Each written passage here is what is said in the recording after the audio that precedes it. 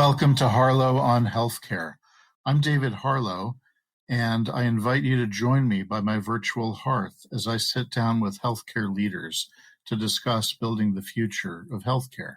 Today, my guest is Patty Riskind, who is the CEO at Orbita, and she has a career as a dynamic healthcare tech leader and has developed innovative software products, digital solutions, streamlined operations, and has managed high-performance teams across the industry. She's also held leadership positions with Qualtrics as the head of global healthcare there, and at Press Ganey as the chief client experience officer.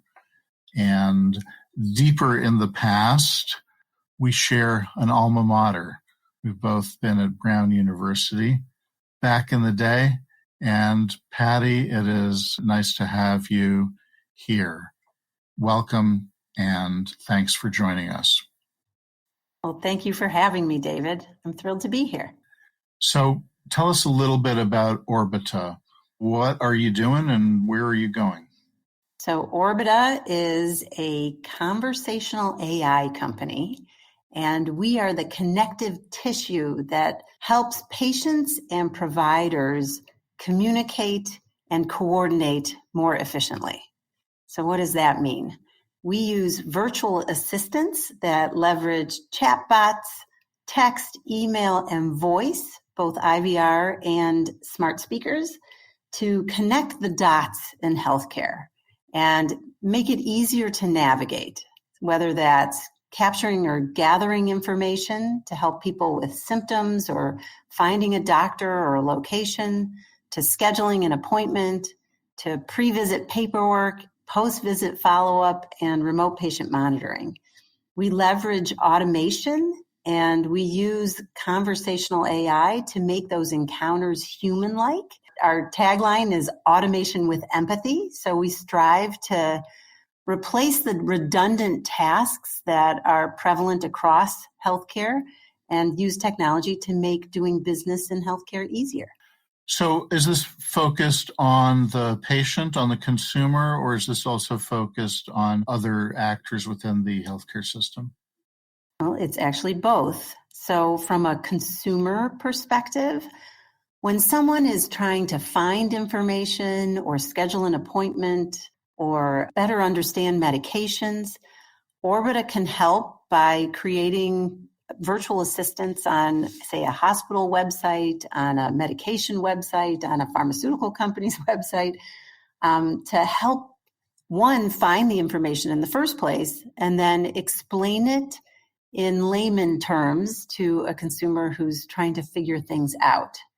At the same time, we help healthcare providers, whether that's nurses, doctors, and others that work in the healthcare system, to streamline workflows. So for example, today, oftentimes people make a phone call to schedule an appointment. And so that requires call centers or front desk staff to take those phone calls. We try to alleviate that by empowering a consumer or a patient to be able to schedule those appointments themselves.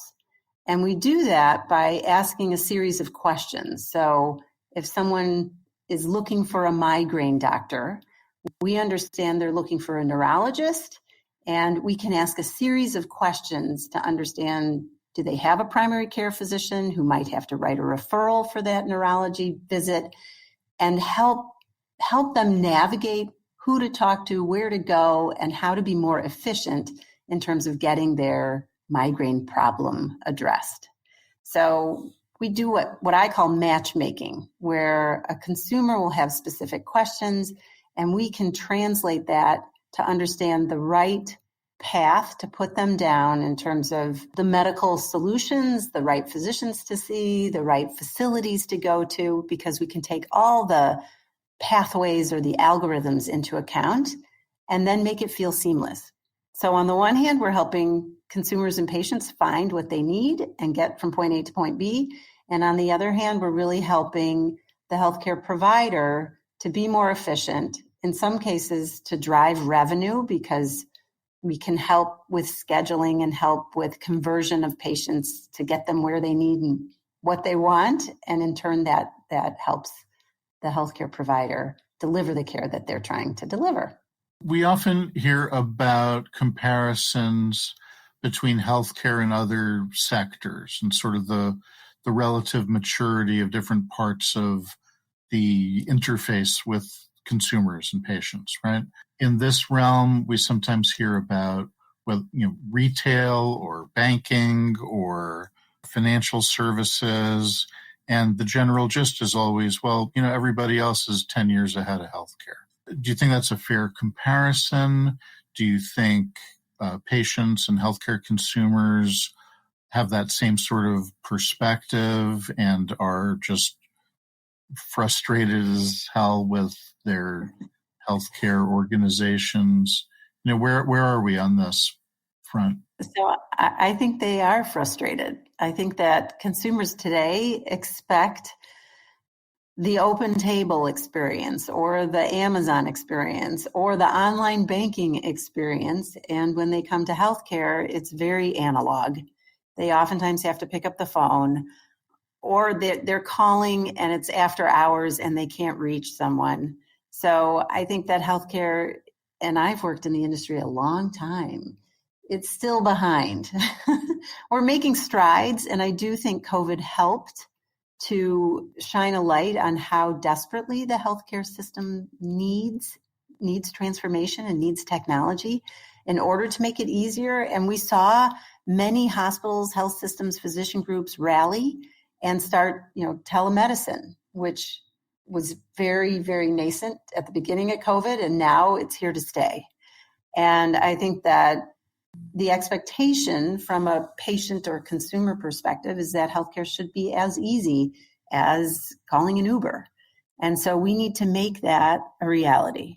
And what Orbita does is strive to do that. We really try to take how you type something into a Google search bar, we do it, but for healthcare specific reasons and purposes. So our intention is to really make it easy to find information, to gain access, and then correspondingly help physicians, nurses to practice at the top of their license and not be burdened by the administrative tasks that oftentimes take a lot of time. Sure. So, well, it didn't take us long to get to an Uber of healthcare moment, but I wonder about the telehealth comparison or observation here, because not that we're post-COVID, but as we're in a new phase, or what I prefer to think of as the next normal, the telemedicine volume has dropped precipitously, right? So is there more of an expectation of in-person care? Well, I said with that drop, there is more of an expectation of in-person care. Do the needs in terms of digital interactions for patients change in that context? How do we create a digital on-ramp to a live in-person experience? So telehealth has decreased from the time during COVID, but I think now it's an expectation that someone can get a telehealth visit as easily as they can call or ideally check in online and see someone in person. And of course, there's going to be, the in-person interaction is never going to go away. But I think there's ways technology can be used, to your point, make the on-ramp easier. So if I'm a great example. I'm a very busy person, and I will get a notification that I'm due for my physical or for my annual colonoscopy, and I'll receive a text. But then what my health system does, it's a text to call. So I click on a link and I have to make a phone call, and I'm notorious for calling after hours. And then I have to put something on my calendar to ensure that I can make an appointment when the physician's office or the call center is available. I'm satisfying what they need versus they're accommodating my schedule. So ideally, what technology can do is I receive that text, and right then and there, I can schedule an appointment. I can click on a link that authenticates me, and then I can pick the right time of day, the right location, the right physician for me, and schedule that appointment, and then correspondingly receive reminders or the ability to reschedule, all from my cell phone or all from my laptop or my desktop, or in some cases by phone. If I can call, I can get into, say, an IVR interface, and I can tell the automated attendant what I need, and ideally they understand and can correspondingly schedule and make the appropriate changes that I might need. So I think we're getting there, and technology is certainly in place to help make that happen. And in turn, that should make the process within person more efficient. And if we can do intake forms instead of the clipboard when you arrive at the doctor's office to eliminate the need for the wait times or at least shorten them, then it makes life easier both for the patient and for the provider. So I do think that taking advantage of technology is needed, and many organizations are starting to embrace it, but there's certainly more that need it than probably have adopted. Right. And to be frank, we've been hearing this story for, 10 years, 12 years, 15 years, 20 years. It's been a while. And to quote the old saw, the future is already here. It just isn't evenly distributed. Mm-hmm. So the future is here, and it hasn't really arrived. To use your own example, the health system that you're dealing with maybe has figured out that they should be texting you, but if you don't have the off hours interface available, then that's a problem. How does that affect sort of the competitiveness of the healthcare organization? So you're offering a tool, there are other tools out there. Not everybody's adopting these, it sounds like, or they're adopting different flavors that maybe aren't right for their audiences. How does a healthcare organization need to be thinking about all of this? So you are right that many healthcare organizations, they've taken some baby steps, but they haven't thought through end to end. And in some cases, they haven't started with the end in mind to know, all right, what are the steps that need to be taken in order to get the desired outcome? I mean, we think about things clinically that way, but we probably need to think about workflows from an administrative perspective the same way. So nothing worse than a negative or an annoying automated attendant. So I'll call the airline and get frustrated and start saying, agent on the phone. And so that causes more problems than a positive experience. So I do think that healthcare organizations need to be careful and select partners or build themselves a process that takes into account what to anticipate. And I think that's one of the things Orbita does, is that we build knowledge bases for specific procedures, for specific medications, for specific processes, to try and anticipate what that workflow will look like, what questions will be asked, so that someone doesn't hit a dead end. Because there's nothing worse than, using technology that doesn't work. So we really strive to make sure that we think the whole thing through and ultimately deliver a positive digital experience that many times is easier, faster, more efficient than a non-digital experience. So I think that hospitals today, there's a lot of choices and there's a lot coming at them, and they need to take into consideration which partner has the capabilities that can offer truly an empathetic and both efficient as well as effective experience. And I would say some folks have started down the path and they're going in the right direction, but there's certainly more to do and more to accomplish. If you're just tuning in, this is Harlow on Healthcare, coming to you on Healthcare Now Radio. I'm David Harlow, and my guest today is Patty Riskind, CEO at Orbita. Patty, we're talking about the pathways that are being implemented or being digitized. And that raises for me the constant question of, are we paving the cow paths, right? That's how some people explain the unique setup of the downtown streets of Boston, where I'm from. Or do we fall into that same trap on the digital front? Or are you involved in re-engineering processes as well as digitizing them? That's a great question, because I do think there's the risk of, this is how we've always done it, and now let's just apply technology to it. And I do think that transitioning to be digital first allows us to take a step back and say, how should we design the experience? And if you look at the Amazons or the Ubers or the open tables, they've transformed how we shop, how we call for a cab, how we schedule, a dinner reservation. So I think healthcare has examples to learn from on what to do to make our processes more efficient.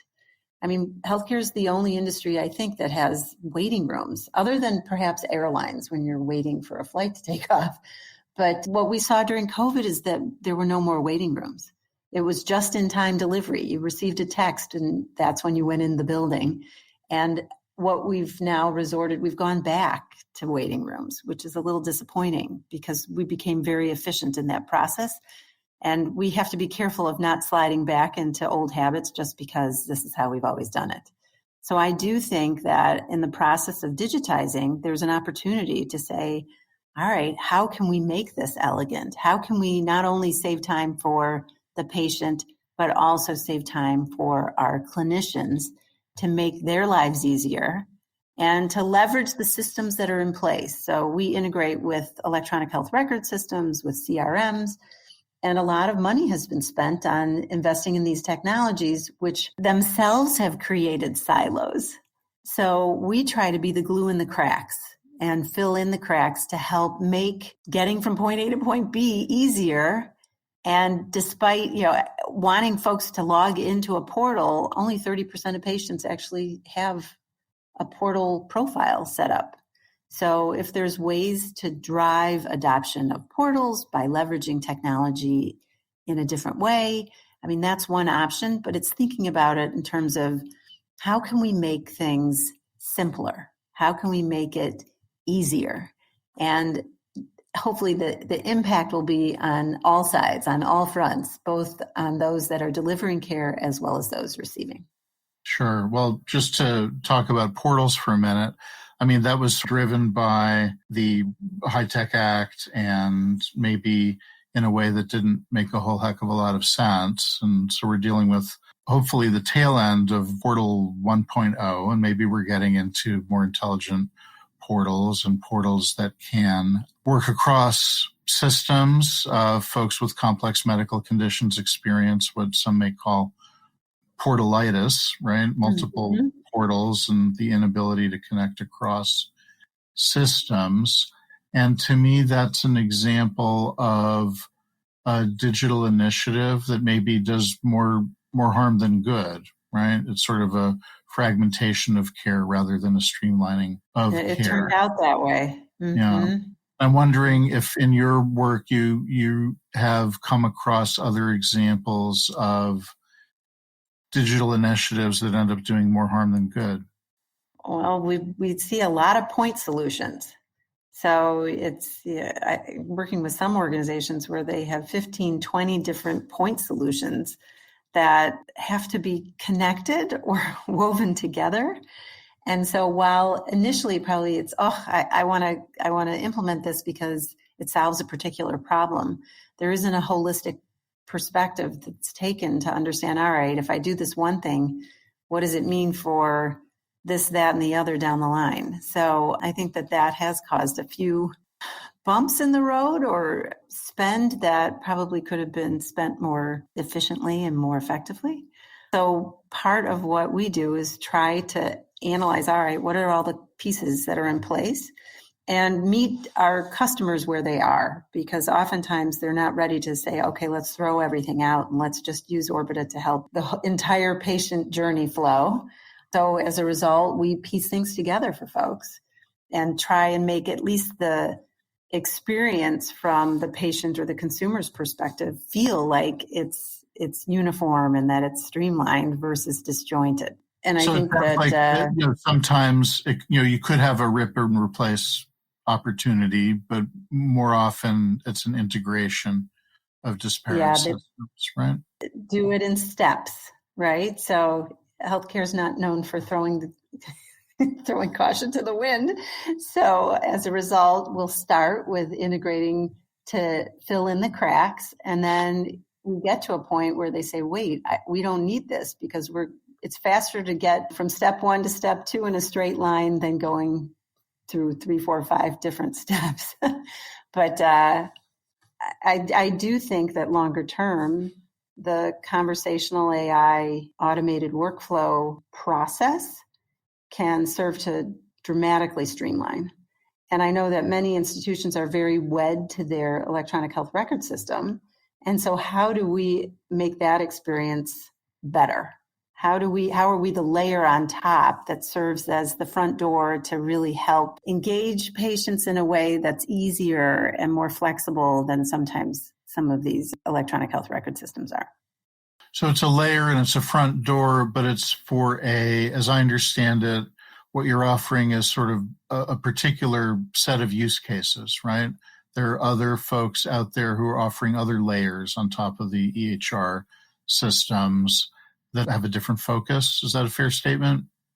Yes, that's definitely a fair statement. I think we're probably more focused on alleviating the administrative tasks, finding information, scheduling appointments, intake questionnaires or assessments, post-visit follow-up to assess, so a nurse doesn't have to make those phone calls. So we're looking at ways to alleviate the administrative burden on the providers and the administrative staff within a health system. There are other solutions out there that are more clinical in nature, where they're getting, much more detailed in terms of from a patient health management perspective on, what should happen first, second, and third, and ensuring that those treatment protocols are implemented. So we are less clinical and more administrative, but we're used for reducing the administrative burden for clinical processes, if that makes sense. Sure. So I'd like to return to a discussion of where are we in terms of the next normal on the arc of progression with COVID, and starting where we were in early 2020, where we are now, where we might be going in the future. There have been tremendous changes. We were talking about a shift to telemedicine. There's been a little contraction and return to in-person. There's been the issues around return to the waiting room. And as you said earlier, maybe we should be post-waiting room in healthcare at this point. So where are we? How can the digital interaction integrate with the in-person interaction, which is never going to go away in healthcare? And where are we on that journey? It sounds like your view is that COVID has accelerated that progress on that journey. And, where are we, and sort of what do you see as the next set of opportunities there? So I do think that COVID accelerated things, and I still think we're at the beginning. So we've seen how telehealth can work. And I think along those lines, today, we have terrible backlogs in urgent care and emergency room departments. We have backlogs with specialty care, or I know with mammograms, colonoscopies, there's long wait times to get in and have those preventive procedures implemented. There's ways that we should take advantage of technology to improve access and to find ways to reach those that have trouble securing access. So there's, underserved communities where technology probably really can help and leverage both from a telehealth, a video visit, as well as just by telephone and reaching someone on their cell phone. So I do think that it's an opportunity for us to learn from COVID and see what we've accomplished from what was done with telehealth and extend that. And for the future, are there ways to leverage devices that could be plugged into your cell phone to help monitor patients who have chronic conditions, to take the Fitbit and the Withing scale to the next step and allow for patients to take care of themselves from home. I know that hospitals at home is another growing area that's being explored, and I think that technology plays a large part in that. I think we're just at the beginning of seeing how automation can not only make lives easier in terms of access, but actual treatment and the ability to leverage both the in-person when you can gain access to it, as well as the virtual, because there's going to be more patients to take care of as the population ages. And we have to find more efficient ways of doing that. So, Patty, we've very naturally arrived and maybe prefigured my final question to you, which is, if you were to wake up tomorrow and find yourself 5 years in the future, what's one thing in healthcare that you would hope or expect to find has changed drastically? So I'm hoping in 5 years, it's just so much easier to schedule an appointment. That'd be a start. Right? I mean, I'll ask for little things just to start. That one, there's outreach to help me understand what I should be doing from a prevention perspective and a wellness perspective. And two, that resources are easy to access, both in person and virtually. And that it's as elegant as calling an Uber or as elegant as ordering something on Amazon, that healthcare systems make it so much easier for patients to do business and for those delivering care to feel like their calling has been answered and that they're spending more time interacting with patients versus interacting with electronic health record system or having to do updates at night, that kind of thing. So we've got a burned out workforce that we have to figure out better ways of helping them to treat patients. So I'm hoping in 5 years, we're there. Great. What I always say is sort of get people practicing at the top of their license and get the machines to do the things that machines can do. Exactly. Well, I hope we get there and maybe get there a little bit sooner. You and me both. Okay. Well, thank you very much for joining me today. Thank you. It's been a pleasure. You have been listening to Harlow on Healthcare. Join us at healthcarenowradio.com. Let's continue the conversation on building the future of healthcare together at #HarlowOnHC. I'm David Harlow, keeping the fire going and holding a seat open for you. Until next time.